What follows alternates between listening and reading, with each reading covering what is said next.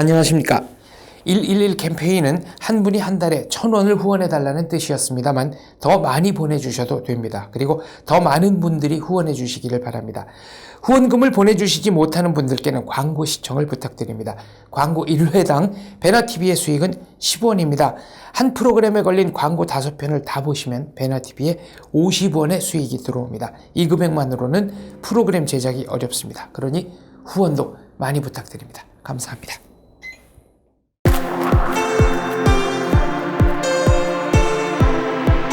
안녕하세요. 정보경 PD입니다. 시청자 여러분들의 요청에 의해 탈북민 출연진의 팬미팅을 진행하게 되었습니다. 시간은 6월 국제정치 공방 이후 오후 5시입니다. 6월 10일에는 탈북 선후배 출연진 김주성님, 문미환님, 김혜숙님이 오십니다. 6월 17일 토요일에는 탈북 청소년들에게 팀 최유진님, 장현님, 신지성님, 그리고 김일국님이 오십니다. 오후 5시부터 한 회부는 촬영을 하고 한 회부는 질의응답으로 진행하려고 합니다. 많은 참여 부탁드립니다. 감사합니다. 이충근의 국제정치 공개방송을 시작하겠습니다. 안녕하십니까. 안녕하십니까. 이충근 박사님이 약간 양해를 하고 하시죠. 네, 이충근 박사님이 지난 월요일에 낙상 넘어지셔가지고 네, 안경도 부러지고 여기 좀 상처도 좀 나시고 모양이 네. 좀 흉악하더라도 용서해 주시기 바랍니다. 네, 손가락도 좀 다치셨습니다. 네, 그런 점 시청자 여러분께 양해를 구하겠습니다. 자, 첫 번째 주제인데요. 홍석현 특사가 트럼프 대통령도 만나고 틸러슨 미 국무장관도 만났습니다. 이제 미 틸러슨 장관은 미국이 북한 체제를 보장하겠다. 북한이 우리를 한번 믿어달라. 북한의 정권 교체 추진할 생각도 없고 북한에게 군사적인 행동을 할 의사도 없다. 다만 핵무기 포기는 해야 된다. 이렇게 말했습니다. 그렇죠. 예, 그러니까 우리가 그 특사를 외국에 이렇게 파견하고 그러는데 대통령 새로 되고 그럴 때 이거가 이제 가서 어떤 정책을 바꿔놓고 그러는 큰 희망을 가질 필요는 사실은 없습니다. 그냥 이제 새로 정권이 바뀌고 그랬으니까 가가지고 서로 이제 상견례하고 앞으로 잘하자라고 얘기하는 그런 기능이 이제 제일 많은데 우리나라 지금 상황이다 보니까 거기서 이제 큰 어떤 돌파구라도 이루어질 거라고 얘기를 이제 기대하고 그러는 경향이 있죠. 그 트럼프 대통령도 한반도 문제를 평화적으로 풀겠다. 이 세상에 평화적으로 풀겠다라고 말하지 않는 지도자는 아무도 없습니다. 전부 다 평화적으로 한다가 그거는 만고의 진리고 법칙이죠. 그러니까 평화적으로 한다. 이제 단이 들어갑니다. 그래서 그 틸러슨 장관도 한반도 문제 평화적으로 하고 북한 레짐 체인지 하지 않겠다라고 얘기를 하고 그리고 북한을 미국이 공격하지도 않겠다라고 얘기를 하고 그리고 북한이 미국을 믿으라고 얘기를 하고 그리고 근데 조건은 핵을 없애라. 이거가 이제 제일 결정적인 언급이라고 저는 보여지는데 북한이 핵을 없애는 거를 과연 없앨 수 있냐라고 이제 우리가 이제 본론으로 들어가서 얘기를 하겠습니다만은 북한의 그 체제에 고유한 겁니다. 핵이라는 거는. 그러니까 꿀벌의 침, 우리 전번에도 얘기했습니다만 꿀벌의 침, 그리고 전갈의 독, 뱀의 독. 뱀의 독이 없으면 무서울 거가 하나도 없어요. 뱀한테 물려봤자 개한테 물리는 것보다도 상처 안 날 겁니다. 근데 그 독이 있어서 무섭거든요. 근데 그 독을 뽑으면 너를 살려줄게라고 지금 얘기하는 그런 거나 마찬가지인데 과연 북한이 그거를 받아들일 수가 있을까? 얼마 전은 아니죠. 꽤 오래됐습니다만은 북한이 미국하고 수교를 해가지고 미국의 대사관이 평양에 들어가는 거 수교하면 평양에 들어가야 되죠.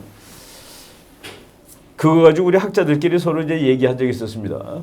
나는 북한이 지금의 그때는 이제 김정일 때예요. 김정일 체제의 북한, 김일성 사상을 받는 북한, 그런 북한이 평양 한복판에 미국 대사관을 허락할 수 없을 거다라고 봤습니다.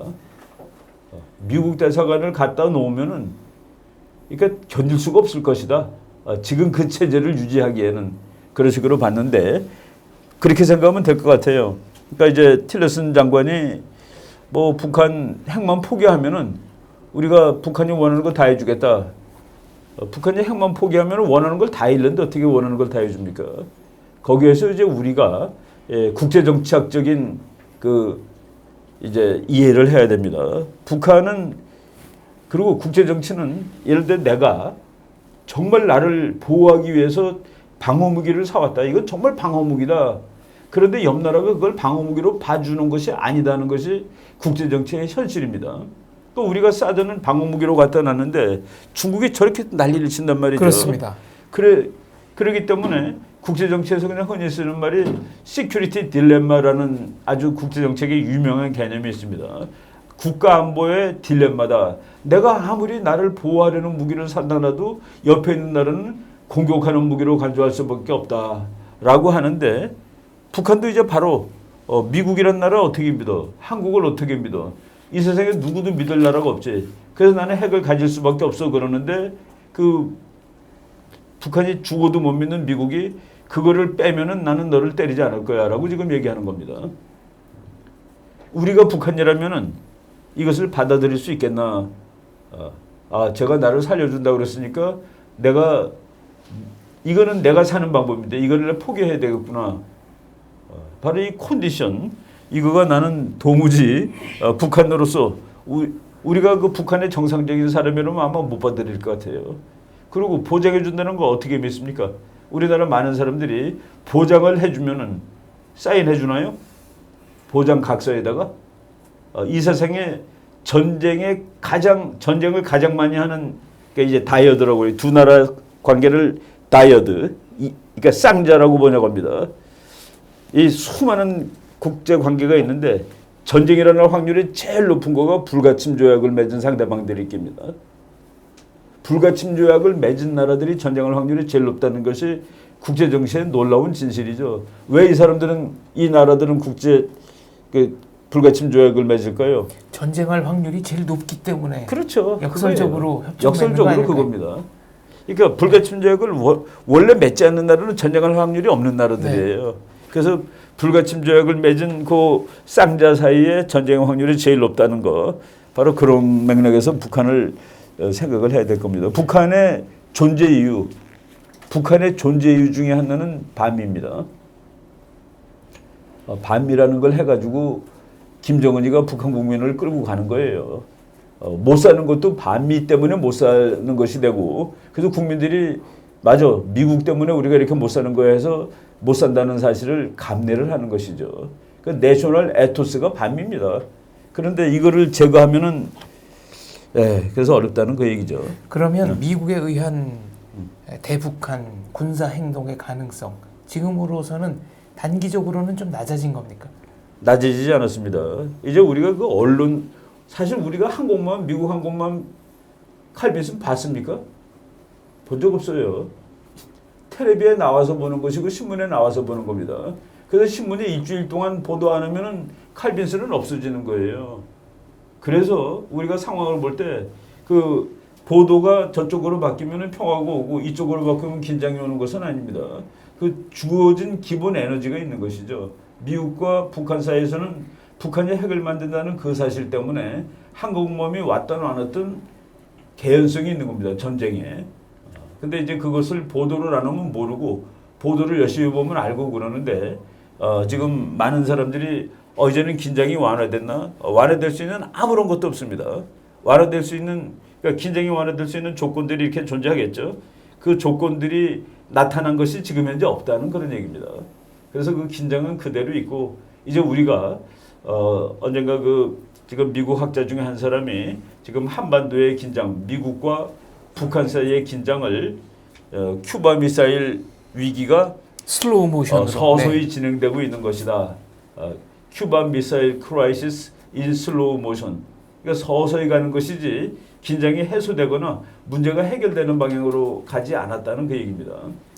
그럼 하나하나 짚어보겠습니다. 5월 14일 북한의 미사일 발사가 성공했죠. 그리고 문재인 대통령은 이를 비난하는 좌시하지 않겠다. 비난하는 성명을 냈는데 북한이 문재인 정부를 비난하는 성명을 냈습니다. 대화와 대결은 양립 불가능하다.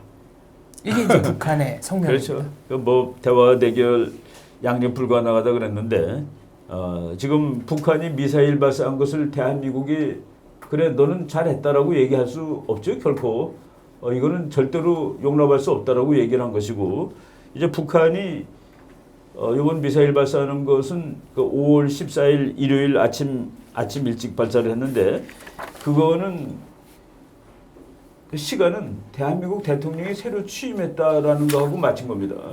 그 날짜와 시간은. 그러니까 대통령이 취임해가지고 북한하고 얘기할 수 있다. 그리고 대화로 하자. 커뮤니케이션을 열어달라. 우리가 계속 전화가 옵니다. 북한에. 그러니까 직통 전화가 있죠. 그 북한이 안 받습니다. 이거라도 받아라. 열자 말하자. 그러는데 그거 하지 않고 먼저 미사일부터 쐈고 이번 미사일은 상당히 그 의미가 심장합니다. 어떤 면에서 그렇습니까? 지금 북한이 이제 뭐 물론 이제 김정은이는 미사일을 50번도 더 쐈습니다. 자기 아버지 17년 동안 쏜 거보다 이 사람 돼가지고 6년 사이에 쏜 것이 자기 아버지 쏜 거의 2배 가량 거의 되는데 50몇 회를 쐈는데 그거 한 발에 100만 불이 넘는 거예요. 그거 한두 발 아끼면은 북한 국민들 다 먹을 수 있는 옥수수 사올 수 있는 돈입니다.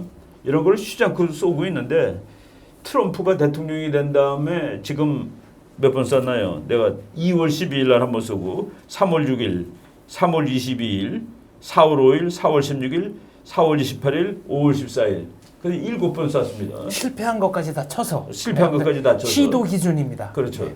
7번을 쏘고 그중에 이제 우리나라 텔레비에 북한이 미사일 쏘는 거 해서 4발 쭉쭉쭉쭉 올라가는 거 나오죠. 이렇게. 그게 텔레비 항상 나오는 이 동영상인데 그거 쏜 것이 3월 6일입니다. 3월 6일에 이렇게 4발을 쏜 거예요. 그래서 그 4발 쏘니까 7번인데 그 미사일 수는 10개입니다. 10개 중에서 확실히 성공한 거가 2월 12일 날 쏜 거 성공, 3월 6일 날 쏜 거, 그 미사일 내고 올라가는 거 성공으로 칩니다. 그리고 5월 14일 거가 성공했습니다. 7번 중에서 맨 처음에 2번 성공, 그 다음에 연장 4번 실패, 그 다음에 한 번 성공. 최근 성공. 그래서 여기서 이제 4번 실패했을 때 왜 실패했느냐를 우리가 그 어렴풋이 얘기를 한 적이 있어요. 미국이 사보타지 했다. 사보타지해서 날아가는 거를 아예 그 사이버 어택을 해가지고 아예 그 발사하자마자 터트린 것도 있고 4초 만에 터진 것도 있고 60km 가다 떨어진 것도 있고 그래서 4번 다 실패했는데 이번에 성공했다 하는 거. 미국이 북한이 얼마 정도 되느냐 기술이 보고 싶으면 용서할 필요가 없죠. 한번 봐야 되겠다라고 했을 수도 있고 이번 거는. 그런데 이제 미국이 보니까 엄청나다는 사실을 발견했습니다. 그러니까 얘가 이제 쏜 거는 2월 12일 날 쐈던 그러니까 이동식 발사대에서 쐈어요. 끌고 다니는 거 있죠. 끌고 다니는 거 거기다 발사했는데 얘가 북한 말로는 2200km 정도까지 올라갔습니다. 우주로. 그리고 이제 다시 돌아서 내려왔는데 돌아서 내려올 때 무슨 문제가 생기냐면은 우주에서 지구로 다시 들어오는 거. 대기권 진입. 대기권 진입. 그 이제 이거를 리엔트리라고 그러는데 이 기술이 제일 어려운 겁니다. 미국이 맨 처음에 ICBM 개발할 때 과학자들이 그건 못한다.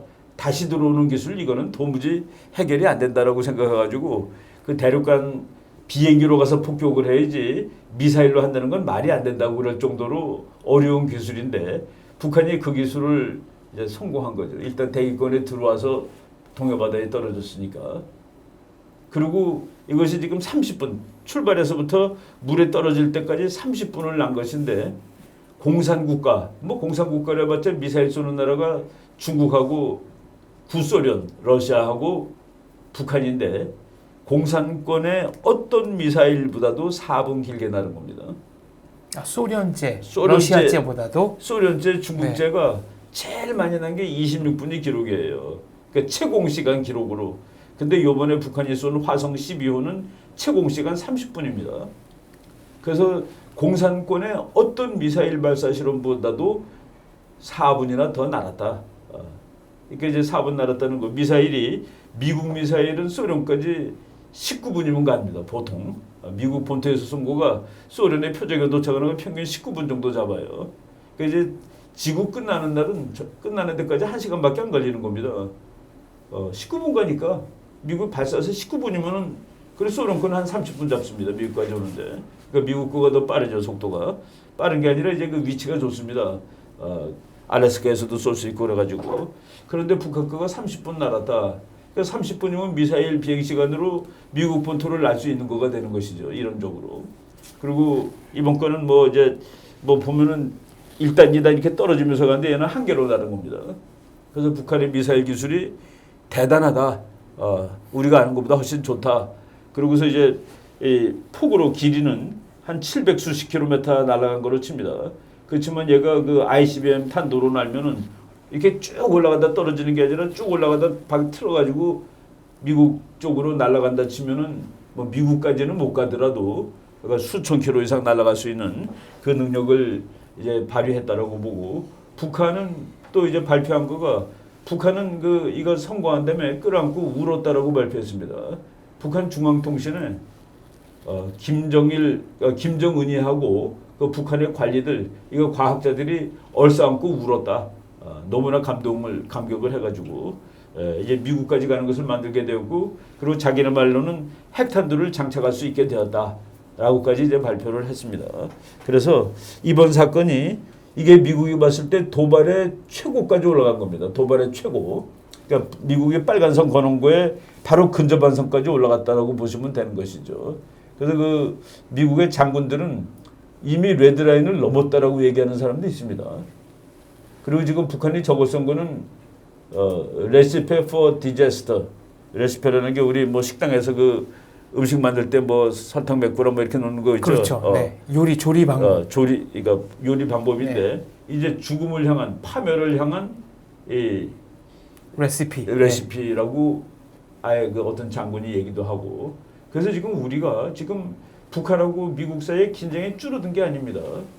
그냥 그대로 진행되고 있고 그리고 모든 미국 군사력은 오늘 현재 지금 우리가 북한하고 미국 사이의 긴장이 3월달, 4월달 아주 엄청 높았다고 그러는데 미국의 무기만 따져봤을 때는 오늘이 제일 높습니다. 오늘이 제일 높은데 아까 서두에서 칼빈슨호 얘기도 잠깐 하셨는데 그렇죠. 아직 동해바다에 떠 있는 건가요?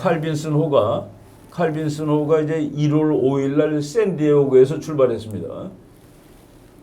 그 출발한 첫 번째 목적은 남진해에서 중국이 여기는 이 섬들 다 짓거라고 그러고 그 남진해에서 중국의 도발에 대한 미국의 응징책으로 출발한 겁니다.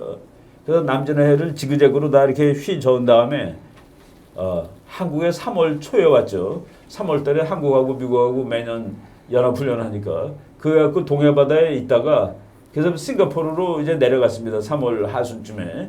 그래갖고 호주로 가려고 그랬는데 갑자기 방향을 틀어서 4월 9일인가 그렇죠? 다시 동해바다로 올라와서 지금까지 있는데 그때 방향을 틀었을 때 야, 저 커뮤니케이션이 엉망이구나. 절로 내려가다 일로 오는 거냐? 근데 지금 나중에 확인된 거로는 미국이 트릭한 거로 북한이 그때 어떻게 움직이는가를 보는 거로 그거로 지금 이제 확정이 됐습니다. 그러니까 절로 가는 거를 싱가포르에서 호주로 갈 때 북한의 움직임, 이거를 틀을 때 움직임, 뭐 전부 지하로 들어가고 난리가 났습니다.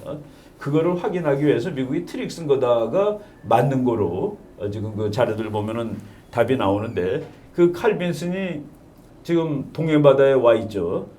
동해바다에 다시 와 있는데 얼마 정도까지 있을 거냐? 앞으로 한 달 정도는 더 있을 거다라고 봅니다. 한 달 정도는. 그러니까 그러면 6월 하순 정도 되는 것이죠. 항공모함이 한번 뜨면은 보통 이제 몇 개월 있다가 다시 가야 됩니다.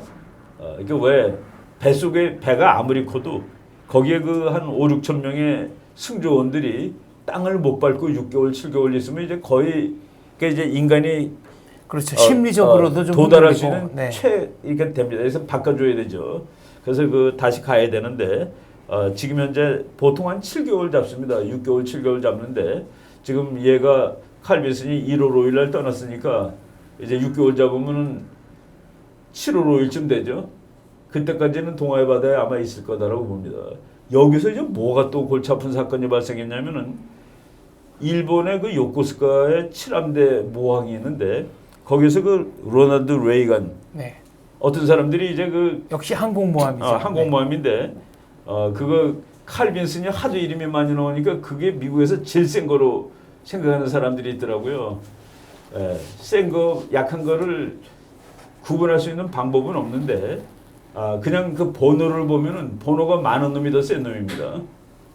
칼 빈슨은 CVN 60, CVN 캐리어, 하여간 미국 핵항공모함이라는 게 CVN이라고 나가요. 그리고 70, 미국 역사상 70번째 만들었던 항공모함이라는 소리입니다. 그런데 로널드 레이건은 76입니다.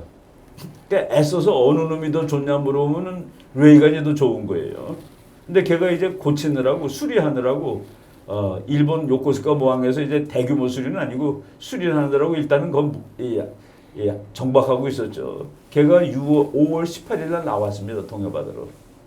그러니까 동해에는 현재 두 두 대의 척이 있는 항공모함이 있는 거네요. 두 척이 합동 작전을 하고 있는 겁니다. 두 척이 있었던 곳은 걸프 전쟁 하기 전에 그쪽 동네. 네. 두 척은 웬만하면 두 척이 같이 있지 않습니다. 그런데 지금 5월 18일부터는 동해바다에 미국 항공모함 두 척이 있다. 우린 멀어서 소리도 안 들리고 보이지도 않아요. 가보면은 비행기 떴다 내렸다는 거 정신이 없습니다. 그 두 척이 있다. 근데 북한은 그것 때문에 정신이 없어요. 동해바다에 항공모함 두 척이 있기 때문에 정신이 정말 하나도 없습니다. 어느 정도로 하나도 없냐? 군인들이 모내기 하러 못 갈 정도로 정신이 없는 겁니다. 북한 군인들이. 북한 군인들이 모내기를 다 하거든요. 북한의 이제 모내기가 지금 우리는 벌써 모내기 끝난 데가 많더라고요. 그 한국은 북한보다 빨리 하죠. 근데 북한이 6월 하순 정도까지는 모내기를 다 끝내야 됩니다.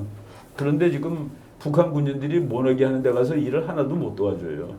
그리고 이제 북한의 모내기는 군인들이 역할을 많이 담당합니다. 지금 미국이 하는 거가 엄청나게 다차원적으로 하는 거예요. 그래서 그 미국 항공모함 두 대가 여기서 왔다 갔다 하고 비행기가 뭐 웅거리고 날아다니면은 북한 군인은 계속 비상에 걸려 있어야 되니까 그 금년 가을에 농사 개판됩니다. 북한이 정말 쌀이 없어가지고 그나마 쌀도 없어가지고 굶어 죽을 지경이 될 그것도 지금 미국의 작전 계획에 포함되어 있다 하는 그 얘기를 우리가 이제 지금 제가 상상하는 게 아니라 글 읽고 하는 겁니다. 그게 글로 나와 있는 것을 읽고 말하는 거예요. 미국의 그 전략 분석가들이 써놓은 그 에세이들을 읽고서 그래서 금년 가을에 북한에 쌀이 모자라 갖고 쩔쩔매게 될 상황도 미국의 전략 계획에 포함되어 있다. 지금 그걸 하는데 이제 거기에서 그거랑 이제 틀리는 계획들이 있겠죠. 북한에 쌀을 준다라든가 이런 것들. 이런 거는 전부 이제 그 참 어려운 문제들이 되겠죠. 방금 전에 북한에게 있어서는 이제 반미가 존재 이유다 이런 말씀하셨는데요. 내셔널 에토스라고 얘기할 수 있을까요? 아마 네. 에토스에 반미가 들어갑니다. 예를 들어서 네. 우리 이승만 대통령 때는 반일이 국가 에토스. 우리나라는 아마 반일이 우리나라 국가의 존재 이유에 조금 들어가 있을 거예요. 반일이라는 거가 뭐 그럼으로써 우리가 그 더 빨리 뛰는 것도 되죠. 그 길도 되고 저놈은 아까 쟤네는 앞서야 돼, 지면 안 돼 하는 그런 의미에서 미국 북한한테 반미는 뭐 뒤로는 어쩔지 모르겠지만 겉으로는 국가의 존재 이유라고도 얘기할 수 있겠죠. 그런 면에서 일본 학자가 재미있는 분석을 했더군요. 북한 입장에서는 북한에게 적대적인 대한민국 정부가 들어섰을 때 오히려 북한 주민들을 통치하기가 쉬운데 북한에 상대적으로 호의적인 정부가 들어선 것은 북한 입장에서 오히려 매우 곤란한 일일 수 있다. 그렇죠. 문재인 정부에 대한 일본 학자의 평가입니다. 그럼 아주 그 의미 있는 분석이네요, 그죠? 과연 북한 입장에서는 북한 수뇌부의 움직임이 이제 제한된다 이렇게 봐도 되겠습니까? 그건 근데 이제 우리가 이 북한의 그 원칙 같은 것들이 있죠. 원칙이 있는데 그 김일성이가 얘기한 것들은 대부분 법보다도 더 높은 원칙입니다. 김일성이가 살아있을 때 한 말 중에서 대한민국의 정부가 존재하는 한 진정한 평화는 있을 수 없다라고 얘기한 적이 있습니다. 어떤 형태의 정부? 어떤 형태의 정부라도 남한의 정부가 존재하는 한 북한하고 남한 사이에 진정한 의미의 평화는 있을 수 없다. 그래서 김일성이 교시에 의하면은 평화가 있기 위해서는 한국이 없어져야 되는 겁니다. 그 원칙은 불변이죠. 그거는 뭐 북한에서 헌법보다도 더 높은 거니까. 그때 이제 한국하고 72년부터 이제 교류를 해가지고 북한의 그 대화 일꾼들이 한국에 오잖아요. 네. 한국에 그 건물들이 많단 말이야.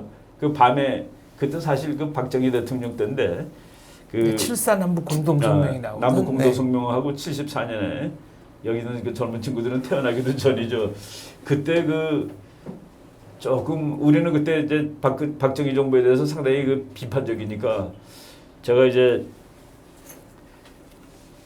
서울 시내 밤에 모든 건물에 불을 다 켰습니다. 안 끄고. 그 72년 북한 대표단이 서울에 왔을 때 서울 시내에 있는 고층 빌딩이라는 빌딩은 사람이 있든 없든 모두 불을 다 켰어요. 그래서 북한 사람들이 보고서 그 아주 삐딱하게 얘기를 했지. 그리고 또 자동차들이 서울이 북한보다 훨씬 많잖아요. 그러니까 북한 사람들이 와서 그랬어. 전국에 있는 자동차를 다 끌어다 놨구만. 그렇게 얘기를 했습니다. 그때 우리나라 그 72년도 남북대화 하던 그 고위관리 중에 한 사람인데 이름은 기억 안 나는데 자동차 끌어오는 건 쉬웠는데 건물 옮기느라고 무지하게 고생을 했습니다라고 받아쳤습니다. 근데 이제 건물들에 불을 다 켜고 그랬는데 그거는 사실은 보여주는 것이죠. 근데 그거 하고 왔을 때 북한 사람들이 어쨌든 간에 건물이 그렇게 많은 사실에 대해서 좀 황당하잖아요. 자동차도 많고 평양보다는 서울이. 그랬더니 남조선이 그 잘 먹고 잘 사는 것 같아 보이는데 그거 부러워하지 말라. 언젠가 우리가 전쟁 준비를 다 잘하고 있다가 뺏으면 그만이다라고 얘기를 한 적이 있습니다. 그걸 다 뺏으면 되기 때문에 하나도 추워도 그걸 보고 좌절하거나 꿀리지 말라. 그리고 남한에 그 정부가 있는 한 어떤 정부가 있더라도 그것은 진정한 의미의 평화가 아니다라는 것을 특별 교시사항으로 내린 적이 있습니다. 우리가 그 원칙을 까먹으면 안 되죠. 네. 북한은 자기가 대한민국을 통일하는 거 그거는 북한의 대전력 중에 최고입니다. 네, 북한 주도로. 그렇죠. 네. 북한 주도로. 지금 대한민국의 언론을 보면 미국 트럼프 대통령에 대한 탄핵 당장이라도 이루어질 것 같습니다. 실상은 어떻습니까? 네. 우리 그 여러분들 그 뉴스 보다가 어떤 네티즌이 이렇게 하고 어떤 네티즌이 이렇게 쓰고 저런 네티즌이 이렇게 썼다 그런 거 읽지 말라는 건 아닌데 읽고 거기에 심각한 의미를 두지 마세요. 그러니까 뉴스에 그렇게 막 나오죠. 어떤 네티즌 해가지고. 그러니까 이 사람들이 전문가인지 뭔지 우리가 모르잖아요, 그죠? 그래서 자기 생각을 쓰고 희망사항도 쓰고 그러는 겁니다. 그리고 심지어는 그 미국 워싱턴 포스트에 한국 네티즌들이 미국의 대통령 탄핵하는 방법을 수출하자라고 썼대요. 대통령 탄핵하는 방법을 쟤네들한테 가르쳐 주자. 그래서 이제 탄핵 얘기 막 나오는데 뭘로 못했으면 탄핵 당하는 건데 우리가 그 탄핵에 대해서 한번 그럼 뭐 어차피 얘기 나왔으니까 잠깐 그 몇 가지 보겠습니다. 트럼프 대통령 탄핵한다는 얘기는 이미 취임하기 전에 나온 얘기죠. 취임하기 한참 전에 나온 얘기입니다. 이게 트럼프 탄핵 얘기 나오는데 뭐 선거 직후부터 아니 그렇죠. 당선된 다음에 당선 직후부터 당선된 시절부터 탄핵 얘기가 나온 거예요. 그러니까 그 탄핵은 근거가 뭐겠습니까? 당선되기 이전의 일이죠. 그렇죠. 당선되자마자 탄핵하니까 지금 트럼프를 탄핵하자는 것은 트럼프가 당선되기 이전의 일 가지고 하는 겁니다. 그 당선되기 이전의 일은 뭔가 지금 이제 구체적으로 나온 거가 러시아하고 콜루전했다. 러시아하고 야합했다. 야합해서 미국 대통령이 되었다. 그러니까 너는 지금 잘못한 건데 그래서 그거 가지고 지난번에 공화당은 뭘 가지고 오바마를 물고 늘어졌냐면은 저거는 미국에서 태어난 사람이 아닌 것 같아. 그러니까 미국에서 태어나지 않았으니까 미국 시민이 아니야. 미국 시민이 아닌 사람은 대통령 될 수 없지 헌법적으로. 미국 헌법에 나와 있으니까요. 미국 그거를, 출생이어야 한다. 그거를 네. 자꾸 늘어졌는데 이제 하와이 태생인 거로 이제 나중에 그 뭐 확인이 됐죠. 그래서 그 버스라는 그 버스 어디에서 태어났느냐. 네, 버스 서티피켓. 네. 그래서 버스 출생 증명서. 네. 버스라는 그래서 그 문제가 버스 BIRTHER이라고 씁니다. 그래서 그거를 문제로 삼았었는데 거기에 해당되는 거가 지금 러시아 얘기입니다. 이제 여기서 그러면은 뭐 어차피 이 얘기가 나왔으니까 이제 그 사건이 이제 직접 한 박자 올라간 거는 코미라는 FBI 국장을 해고한 겁니다. FBI 국장은 10년을 이제 임기가 10년인데 물론 10년을 보장받는 것은 아니죠. 대통령은 해임 권한이 있습니다. 그 사람을. 근데 이번에 미국의 디파트먼트 오브 저스티스 거기에 그 장관이 대통령한테 저 사람을 해임하라고 건의를 했고 그거를 이제 그래서 이제 해임을 했는데 지금 민주당에서는 지금 코미가 해임된 것은 코미가 러시아 문제를 수사하고 있기 때문이다라고 물고 늘어지는 겁니다. 그러니까 자기가 러시아랑 이제 야합해서 대통령이 당선됐는데 그거를 FBI 국장이 수사하니까 자른 거다. 예. 그게 이제 지금 우리가 탄핵 나오는 그렇죠. 첫 번째 이슈예요. 네. 그리고 그 다음에 나온 거는 요 며칠 전에 트럼프가 그 러시아 대사하고 러시아 그 외무장관하고 만나서 얘기를 했는데 국가 기밀을 누설했다. 그러니까 그 하일리 그렇죠. 컨피덴셜한 센시티브 인포메이션을 줬다. 이제 여기서 우리가 그 공부를 하다 보면 그 참 이거를 뭐라고 그럴까? 그 스파이 이야기는 실패한 사례를 가지고 연구하는 겁니다. 모든 스파이 관련 이야기는 다 자료가 실패한 케이스들이에요. 성공한 것은 자료로 나올 수가 없습니다. 비밀이니까. 그러니까 우리가 무슨 스파이 얘기를 할 때 뭐 스파이에 관한 이야기 책들 이런 건 다 실패한 사례를 근거로 쓰는 책입니다. 성공한 사례는 모르죠. 모릅니다. 네. 그죠? 그래서 그 참 그래. 하일리 센시티브 그게 뭔데? 그렇죠. 구체적인 내용은 보도가 안 됐습니다. 트럼프가 소련 장관한테 아주 비밀 얘기를 했다고 지금 신문에 나오는데 그 얘기가 뭔데? 그 얘기가 뭔데가 안 나오고 있는 겁니다. 그래서 트럼프는 대통령으로서 나는 그 얘기를 할 수 있는 권한이 있어서 얘기한 거라고 그냥 써버렸습니다. 대통령으로 자기는 통치행위를 한 거다는 그 얘기죠. 그래서 그거는 문제를 삼기가 아주 난감합니다. 그런데 코미가 날아갔는데 코미를 잘랐는데 자른 거 가지고 이제 시비가 걸렸는데 이제 그럼 탄핵이 되느냐 그것 때문에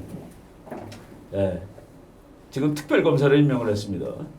특별검사가 뮤엘러라는 사람인데 그 뮤엘러라는 사람은 이제 미국 사람들이 그러니까 야와 여가 다 좋아하는 사람이에요. 로버트 뮤엘러라는 사람입니다. 그 사람을 네가 그러면 러시아 관련 그 상황이 있는지 네가 수사를 해라. 그러니까 특별검사가 되는 거가 FBI가 하는 것보다 더 낫죠 상황이. 네. 그러니까 그 탄핵해야 된다고 막 떠들던 사람한테는 조금 좀 충격적으로 반격을 받은 겁니다. 트럼프가 반격을 한 것이죠.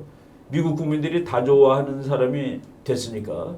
그런데 그 뮤엘러는 이제 수사를 하니까 대통령한테 너 소련하고 야합했다라는 말을 이제 더 이상 못해요. 이제 거기서 그 공이 저쪽으로 넘어가서 거기서 수사를 하니까. 그래서 트럼프는 사실은 한 박자 쉬는 그 상황을 자기가 만들어낸 겁니다. 그리고 미국 국민한테는 그 러시아 그에 대해서 심각하게 대처하는구나라는 것을 알려 준 거고. 그리고 뮤엘러 검사가 이제 하는데 결과가 내년쯤 나옵니다. 근데 2018년에 중간 선거가 있습니다. 만약 뮤엘러가 문제점 없음이라고 발표하면 민주당은 망합니다. 내년 선거에서. 원래 그 중간 선거에서 보통 야당이 이기는데 1년 동안 그랬는데 문제점이 없다 그랬는데 그럼 문제점이 있냐 없냐? 이거는 이 사람이 수사할 때 누구의 도움을 받아야겠습니까? 러시아가 도와줘야 돼요. 내가 했다라고. 그런데 지금 푸틴은 미국에 트럼프가 있는 게 훨씬 좋습니다. 러시아를 꽤 좋아하는 대통령이거든요. 그래서 푸틴은 트럼프가 있는 게 좋아요. 근데 트럼프가 있는 게 좋은 나라의 대통령이 트럼프를 잘리는 쪽으로 협조하겠습니까? 남는 쪽으로 협조하겠습니까? 트럼프가 살아남게 이게 협조 안 할 거다는 얘기입니다. 비록 뭐 콜루전, 그러니까 이 뭐야, 그거 뭐라고? 유착이 있다 하더라도, 그리고 그런데도 불구하고 탄핵이 되었다. 그러면 이제 국회에서 이제 탄핵 과정을 밟아야 되는데 미국 국회가 지금 현재 어떻게 구성되어 있는지 보면은 상원 하원을 다 통과해야 상원에서 탄핵이 3분의 2, 되죠. 하원에서 3분의 1을 해야지 대통령이 탄핵되는데 미국 하원이 공화당이 238, 민주당은 193입니다.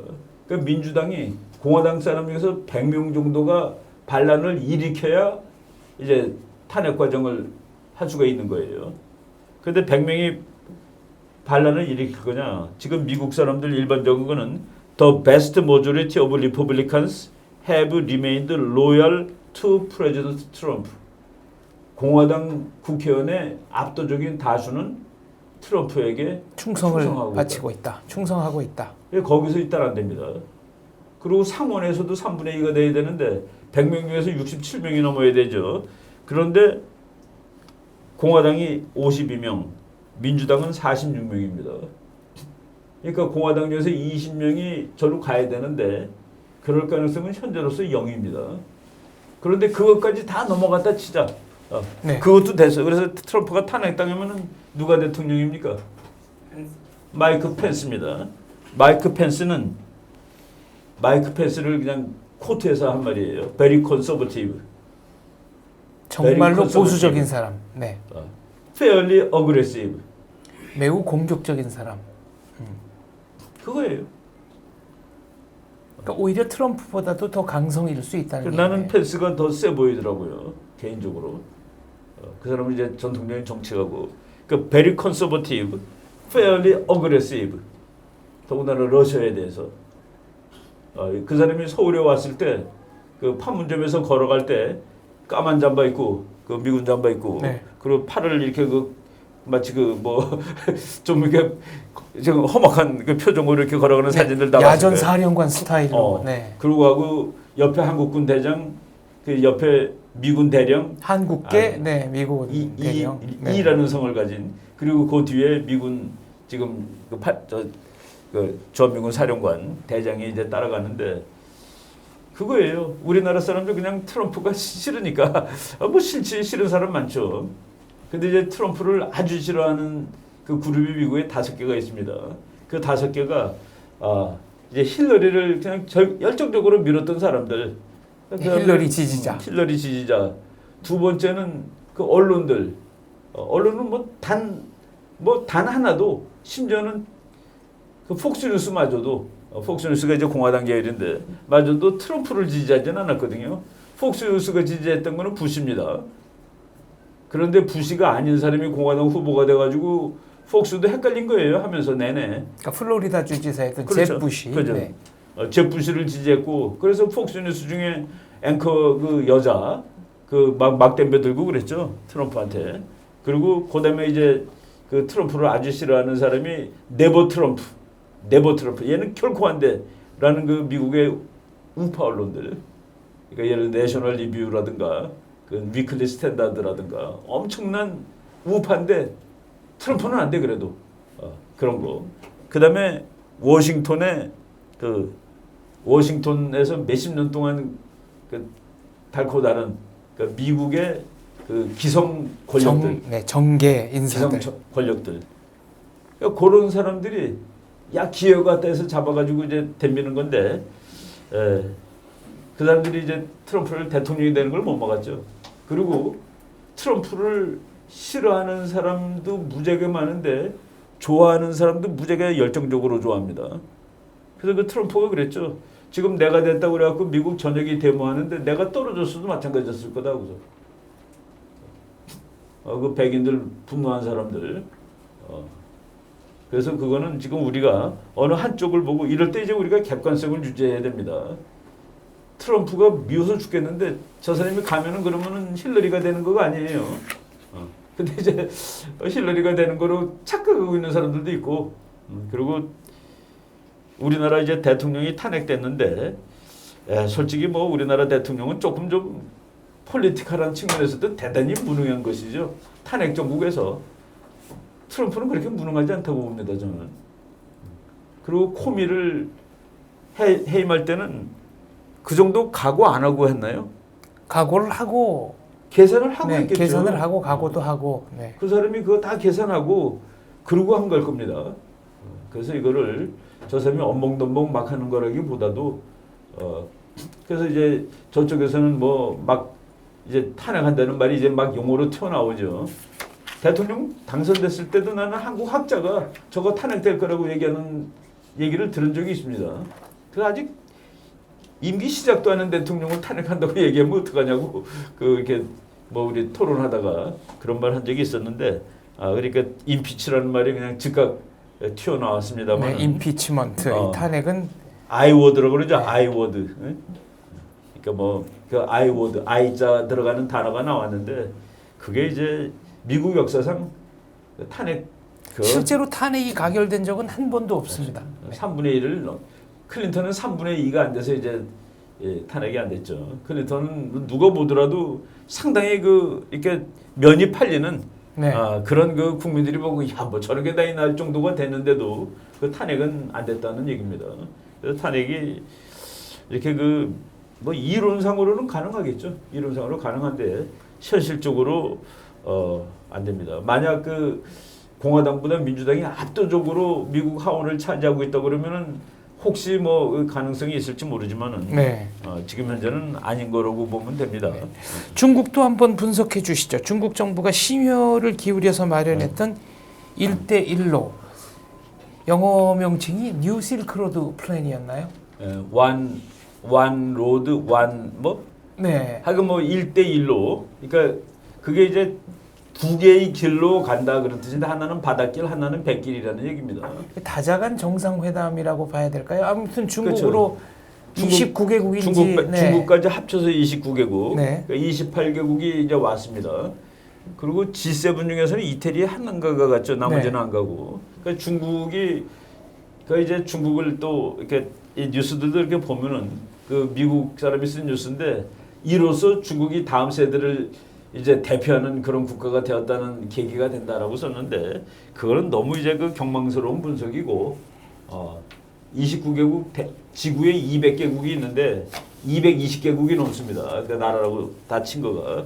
거기서 29개국이 갖고, 그리고 이제 미국, 일본, 영국, 프랑스, 독일이 가지 않은 이런 국제 회의를 이제 중국이 미국의 패권을 뭐 바꿔치는 그런 계기가 되는 회의라고 쓰는 거는 조금 좀 과장이 심한데, 그 1대1로라는 거가 중국이 이제 길을 만드는 겁니다. 아주 심플하게 말하면 로니까 길로 짜니까 이제 고속전철 뭐 이런 거를 해가지고 유럽하고 뭐 중동하고 있는다 하는 얘기인데, 저는 조금 좀 거시적으로 큰 붓을 가지고 중국의 1대1로 정책을 전략적으로 분석하라고 그런다면은 그 1대1로 정책은 미국의 해군력의 역할이 바뀐 데서 나온 거라고 저는 봅니다. 그게 뭐냐면은 이 지도 잠깐 볼게요. 여기가 호르무즈 해협이라는 해협이 있습니다. 그러니까 이제 사우디아라비아가 여기 바로 있고, 여기가 이제 지구 석유의 본거지죠. 여기가 지난 한 20-30년 동안 평균을 내보면은 우리나라 기름의 74%인가가 뭐 이리로 지나간대요. 일본 것도 그렇고 중국 것도 한 70%가 여기로 지나갑니다. 네, 그래서 이렇게 말레이 해협을 거쳐서. 그러니까 여기서 나오는 석유가 이 말레이 해협을 거쳐가지고 이렇게 아시아로 오는 거예요. 그러니까 중국, 일본, 한국은 세계적으로 석유를 많이 소비하는 나라입니다.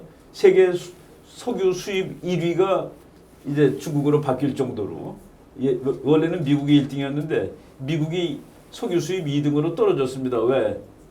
슈일가스가 본토에서 나와서. 엄청나기 때문에 안 사가서 2등이 된 거예요.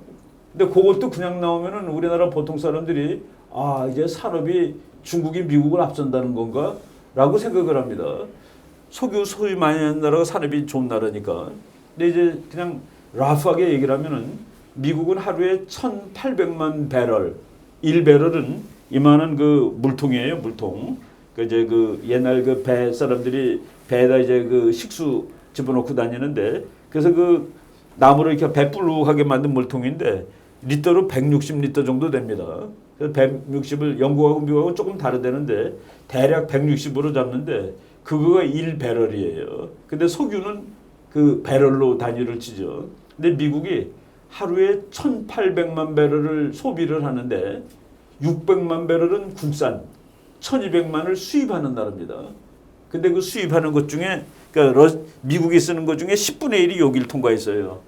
10분의 1이 호르무즈 해협을.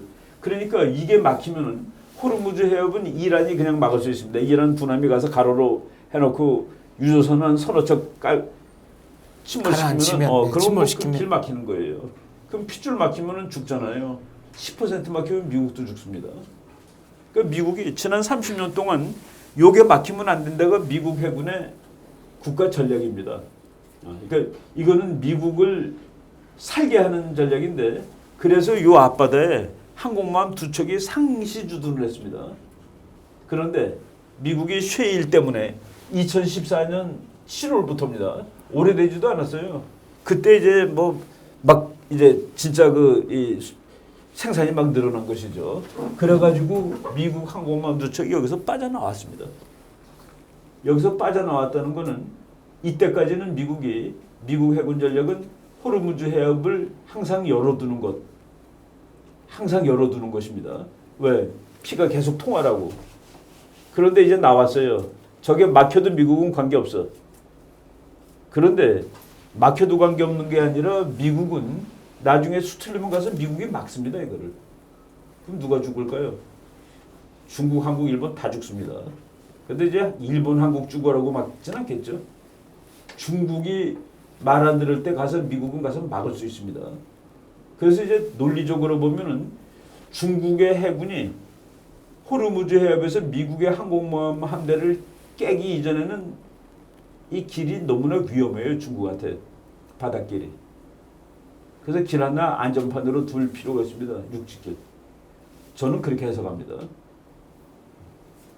바닷길이 너무나도 위험해져서 이제 미국이 옛날에 to make 호르무즈 스트레이트 오픈이라는 전략을 가지고 있던 미국 해군이 이제는 안 지켜줄 뿐만 아니라 수틀 모아서 막을 거다.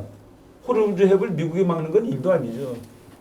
그러면 그 석유 수입이 중국은 큰일 나는 겁니다. 어느 날 막겠습니까? 상상을 해보면은 미국이 석유가 충분하고 한국, 일본은 내가 대줄 테니까 당분간 좀 참아라 하는 날 막을 수 있겠죠. 그거에 대비하기 위해서는 바닷길이 아닌 다른 길로도 석유가 와야 됩니다. 나는 중국이 그 길을 만드는 것이 1대1로라고 보고 있습니다. 대전략적으로는. 그래서 중국이 그걸 아주 어렵게 하는데 그게 그러면 그 개념이 21세기적이 아니다는 그 얘기입니다. 화해해서 잘 살아야 되는데 그 아주 쉽게 얘기하면은 그 북한에도 해당되는 거예요. 중국이 미국한테 그래 내가 너희 자리를 위협하지 않겠다. 나는 영원히 2등으로 남겠다. 그러면은 이 문제 다 해결되는 거죠. 근데 국가들은 그걸 못 한다는 그 얘기입니다. 해도 안 되고. 그래서 그 국제 정치가 애통한 것은 그래서 그 제가 이번에 번역한 책 이번 금요일 날 나온다고 그러시더라고. 네. 돌아오는 금요일. 드디어 나오는군요. 네. 이주가 돼서 온다는데 강대국 국제 정치의 비극. 그 비극인 줄 아는데 못 하는 거예요. 그러니까 2등이 1등한테 네 말 다 잘 들을게 그러면은 왜 군함 만들고 난리칩니까? 군함 만드는 대신에 여객선 만들어서 타고 다니고 놀죠. 그런데 우리가 중국이라면 그게 되겠습니까? 1등을 해야지. 우리는 2등에 만족하고 화물선이나 만들어 그 항공모함 대신에 여객선 만들어가지고 크루즈 하는 게 좋다? 그래서 국가라는 개념을 국가는 우리가 아는 다른 그런 거랑 가정이나 이런 거랑 다른 거죠. 개인이랑. 그 여기서 이제 문제가 생기는 겁니다. 그래서 그 1대1로는 바다로 가는 길 플러스 육지로 가는 길. 근데 그 육지로 가는 길, 이 개념 자체가 아주 그 21세기의 혁신적인 4차 산업혁명적 개념이 아니다라고 이제 얘기를 할 수 있는 것이죠. 네. 지금부터 10분간은 질문을 받도록 하겠습니다. 벌써 40분 다 된 모양이죠? 네. 50분 지났습니다. 그렇구나. 네. 질문 있으신지요? 네. 김대희님. 네. 며칠 전에 목에 손 다 익었습니까? 지금 거의 다음에 여기 오기 전에는 아마 다 읽고 그 뭐 아주 대단한 책이에요. 박사님 하신다는 그 책 읽을 것 같습니다. 이제 읽을 수 있을 것 강대병 책 이거 다 주변에 아마 읽을 수 있을 것 같습니다. 며칠 전에 지인과 논쟁을 조금 했습니다. 뭐냐면 미국과 중국 사이의 군사력에 대해서 조금 저는 당연히 미국이 압도적으로 이길 거라고 했는데 제가 들었던 근거가 세 가지입니다. 경제적인 거 저번에 말씀하셨고 그다음에 기술적인 거 그다음에 세 번째인데 말씀하신 미국은 본토를 지킬 수 필요가 없는 나라고 중국은 지정학적으로 굉장히 다 둘러싸이지 않습니까? 게다가 지금 둘러싼 나라가 대부분이 미국 동맹이지 않습니까? 제가 궁금한 건 그겁니다. 그 미국이 하고 있는 현재 그 대중국 포위망 그게 얼마나 경고한지에 대해서 좀 여쭤보고 싶습니다. 그게 이제 냉전 시대보다는 하나도 경고하지 않습니다. 이제 다 새죠, 새. 그러니까 그 태국도 미국하고 동맹을 열심히 하고 중국을 막아주면서도 중국하고 장사할 거 다 하고 심지어는 호주마저도 전략적으로는 미국 편 들면서 경제는 중국하고 거래가 많으니까 우리도 마찬가지죠. 우리도 이제 한미 동맹은 뭐 동맹 중에서 제일 센 동맹 중에 하나인데 그러면서도 중국하고 뭐 장사할 거 다 하고. 그러니까 그물이 덜 촘촘하다 그렇죠. 이런 그물이 얘기네요. 이제 옛날보다 덜 촘촘한데 덜 촘촘해도 되는 거는 그 소련과 미국 사이의 갈등만큼 타이트한 갈등이 아닙니다. 미국과 중국 사이의 갈등은. 그리고 이제 미국이 소련보다는 그 옛날에 냉전 시대 때 소련을 무서워하는 것보다 지금 중국을 무서워하는 게 훨씬 약합니다. 그러니까 이제 외교 전략적으로는 중국이 더 큰 나라가 되는 것은 안 된다라고 얘기를 하면서도 옛날에 소련 막을 때처럼 뭐 봉쇄 이런 말 안 하죠. 그리고 줄 긋는 거, 뭐 콘테인먼트 뭐 이런 말 안 쓰고 에치슨9 같은 것도 소련이라는 나라가 있을 때 나온 개념이지 중국한테는 에치슨 같은 그런 개념이 지금 그래서 어떤 사람들이 아이고 제2의 에치슨9이 생기는 거 아니냐 그렇지 않다고 봅니다. 그래서 그 중국은 미국이 보기에 조금 그 느슨한 그러고서 일면 그 이제 경제적으로 문제를 해결할 수 있는 꼭 군사적이 아니라 그래서 그 대중국 포위망은 옛날에 대소 포위망보다 훨씬 약하죠. 약할 수밖에 없고. 네, 질문 또 이진우님. 며칠 전에 북한이 ICBM을 성공시켰지 않습니까? 조금 전에 말씀하셨다시피 높이는 2,200km 가까이 날아가고 북한 말로는 2,241km가 아주 정확히 얘기했더라고요. 북한 발표는. 네. 여기다. 거리는 뭐 700km 이상.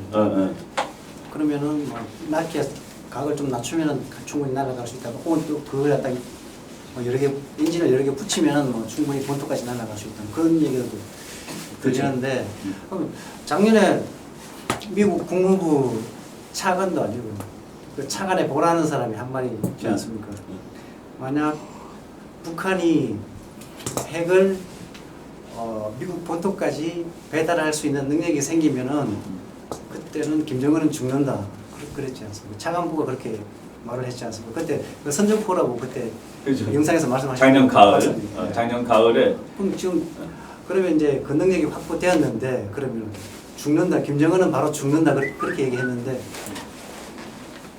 그게 이제 위협으로만 끝날 거라고 생각하시는지 아니면 조만간 진짜 죽을 거라고 생각하시는지. 그러니까 지금 미국이 이제 아까 그랬잖아요. 그 위기를 아주 고도 위기가 아니라 그 고도 위기를 조금 뭐 낮췄을지 모르지만은 이제 시간을 끄는 거예요. 그래서 그 김정은을 그러니까 미국의 방식은 1. 평화적으로 김정은 없어지는 거가 최고입니다. 2. 중국이 해주는 게 그거 다음쯤 됩니다. 3. 자기가 직접 손보러 나가는 거. 그게 제일 옵션 중에 제일 하책이죠, 하책. 그러니까 상책이 지금 상책을 지금 하는 중이죠. 그러니까 온갖 압박과 그 맥시멈 프레셔 앤드 인게이지먼트, 그 맥시멈 프레셔를 가하는 겁니다. 항공모함 두 척이 아마 우리나라 1945 항공모함 두 척이 6.25 이후에 처음 네. 두 척이 있는 걸 거예요. 8.15 해방 이후에 항공모함 두 척이 동해에 들어와 있는 여기 이 바다에 네. 항공모함 두 척이 있다. 이거 북한이 거꾸로 생각하면은 정말 식은땀 나는 일입니다. 한번 거꾸로 생각해 보세요. 자기를 한시라도 때릴 수 있는 그 세계에서 제일 센 나라의 항공모함 두 척이 자기 바로 코앞에 와가지고 안 가고 있다. 이거를 그 북한은 지금 무지하게 힘들 겁니다. 그러니까 뭐 김정은 혼자 저렇게 시끄럽게 떠드는데 이거 보세요. 여기 내가 잠깐 그 북한이 발표한 거. 요번에 그 북한이 발표한 그 얼마나 이 순간을 기다렸겠습니까? 성공했다고 하고 이제 자랑스럽게 따내는 그 중앙통신에서 이제 나오는데 네, 조선중앙통신 제목 한번 우리 장 박사님 읽어보세요. 제목이 주체적 핵강국 건설사에 특기할 위대한 사변 이렇게 되어 있습니다. 주체적 핵강국 건설에 특기할 만한 위대한 사변 뭐 이렇게 나오는데 여기 한번 또 연대와 세기를 이어온 미제와의 대결을 끝장내고 최후 승리의 통장훈을 부를 핵공격 수단 전략무기 개발 사업을 직접 구상하시고 김정은이 그랬다는 얘기네요. 나라의 방방곡곡을 주름 잡으시고 뭐 이렇게 나오죠. 나라의 방방곡곡을 주름 잡으며 불철주야의 로고를 받쳐가고 계시는 경애하는 뭐 이 김정은 얘기네요. 이게 뭐 길어요. 네. 그리고 이번에 북한이 말한 요 폭탄 이름을 자기네가 이름을 줬습니다. 여기 또 하나의 완벽한 무기 체계 주체탄이 탄생한 데 대하여 기쁨을 금치 못하시었다. 네. 요 말들을 보면은 북한이 폭탄을 포기할 수 있다고 생각하세요? 주체탄 그리고 후손 만대에 물려줄 고귀한 국보인 주체탄에는 후손 만대에 물려줄 고귀한 국보인 주체탄 그거 거부하면은 내가 너를 살려줄게라고 지금 얘기하고 있는 겁니다. 근데 북한은 후손 만대에 물려줄 고귀한 국보인 고귀한 국보 주체탄. 네. 지상대 지상 중장거리 전략 탄도 로켓 화성 12형 시험 발사의 대성공은 조선 반도와 지역의 평화와 안정을 보장하는 데서 참으로 중대하고도 특별한 의의를 가지며 그 무엇에도 비길 수 없는 조선인민의 위대한 승리로 된다고 신심에 넘쳐 말씀하셨다. 이거 다 안 하면은 너를 살려줄게라고 지금 이쪽에서 얘기하고 있는 겁니다. 미국에서. 경의하는 최고 영도자 동지께서는 그 누가 인정하든 말든 우리 국가는 명실상부한 핵강국이라고 당당히 선언하시면서 상상할 수 없이 빠른 속도로 비상이 강화 발전된 우리의 핵 억제력으로 핵 공갈을 일삼는 자들을 단호히 다스릴 것이다라고 힘주어 말씀하셨다. 문건은 그 북한 같은 데서 공식 문건으로 나온 거 그런 것들을 이렇게 주의 깊게 읽어보면은 이게 북한은 뭐를 의미하는 거구나 알 수 있는 것이죠. 두 문장만 더 읽어보겠습니다. 기본적으로 문제가 되는 게 자기들이 뭐 핵폭탄을 만들었다 이걸 객관적으로 얘기하는 게 아니고 김정은이 이렇게 말했다라는 겁니다. 처음부터 끝까지. 그러니까 완전히 뭐 1인 중심의. 그렇지. 김정은이가 다 하는 거죠. 미국이 그 무슨 압박이니 뭐니 하며 조선반도 주변의 핵 전략 장비들을 대대적으로 끌어들여 우리를 위협 공갈하고 있지만 핵 없는 나라 힘이 약한 민족만을 골라 군사적으로 농락하는 비겁한 미국식 허세는 우리에게 통하지 않으며 실로 가소롭기 그지없다고 하시면서 가소롭기 그지없답니다. 미국이 너 핵만 관두면 내가 다 보장해줄게 나를 한번 믿어봐. 가소롭기 그지없다죠. 네, 미국은 그 기회에 조선의 탄도 로켓들이 미국에 실제로 위협이 되는가 되지 않는가 하는 것을 속 시원히 보면 될 것이라고 말씀하셨다. 그거예요. 그러니까 북한은 그리고 이거 하고서 그러니까 끌어안고 통곡을 한 겁니다. 이걸 만들었다고. 네, 자기들끼리 이렇게 발표했네요. 경애하는 원수님을 애워싸고 모두가 한 덩어리가 되어 눈물의 바다를 이룬 이 세상 그 어디서도 볼 수 없는 가슴 뜨거운 화폭이 펼쳐졌다. 그러니까 이런 집단을 말로 되면 얼마나 좋겠어요. 문재인 대통령은 5월 13일 8시부터 회의를 소집하고 북한의 미사일 발사는 유엔 안보리 관련 결의의 명백한 위반일 뿐만 아니라 한반도는 물론 국제 평화와 안전에 대한 심각한 도전 행위다. 우리 정부는 이를 강력히 규탄한다. 이렇게 말했는데 북한이 여기에다 대고 그렇죠. 네, 또 바로 비난을 네, 대화와 대결은 양립 불가다. 그리고 또 심한 얘기도 했습니다.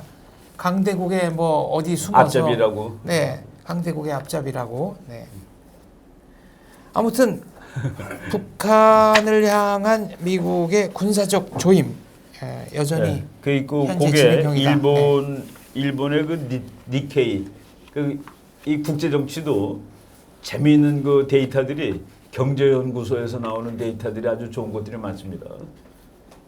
그 주식 시장 거 분석하는 데이터에서 국제 정치 분석하는 것들 좋은데 일본 그 니케이 일본 경제라는 뜻이죠. 그러니까 네, 일경이라고 쓰죠. 예. 거기에서 나오는 자료들이 상당히 그 괜찮은데 5월 18일자 니케이 보도에 이게 영어로 나온 걸 읽었는데 그러니까 북한의 목을 조이는 미국이라고 이렇게 돼 있습니다. 5월 18일자. 5월 18일이니까 엊그제밖에 안 되잖아요. 북한의 목을 더 타이트하게 tightening the noose. 그러니까 올가미를 더욱 조이고 있는 미국 해가지고 기사가 나왔는데 거기 그 미국 장군들 그리고 이제 많은 사람들이 아니라 어떤 사람이 그렇게 얘기를 했어요. 트럼프가 이제 미국 국내 정치가 엉망이 되니까 북한 문제 해결을 못하겠다. 그 정반대로 해석할 수 있습니다. 닉슨 대통령이 탄핵 때문에 쫓길 때 그건 이제 눈에 보이는 탄핵감입니다. 눈에 보이는. 그러니까 민주당 당사를 공화당 당원들이 들어가고 뭐 이렇게 장비 훔쳐 나오고 자료 훔쳐 갖고 나온 거가 이제 걸렸거든요. 네, 워터게이트 스캔들. 근데 그때 이제 그 기자한테 쫓기면서 그때 이제 바브 두워드라는 워싱턴 포스트 기자가 이제 그걸 집요하게 물고 늘어지는데 닉슨 대통령이 그 벽을 치면서 웁니다. 닉슨이 이렇게 벽을 쿵쿵 치면서 때리면서 울어. 그래서 울면서 뭐라고 그러냐면은 나는 지구를 다 깨버릴 수도 있는 힘을 가지고 있는데라고 얘기하면서 옵니다. 그 순간에 큐바 미사일 크라이시스 같은 거가 일어났다 그러면 3차 대전 터지는 겁니다. 그리고 이제 그 이론은 일반적으로는 거부됐습니다.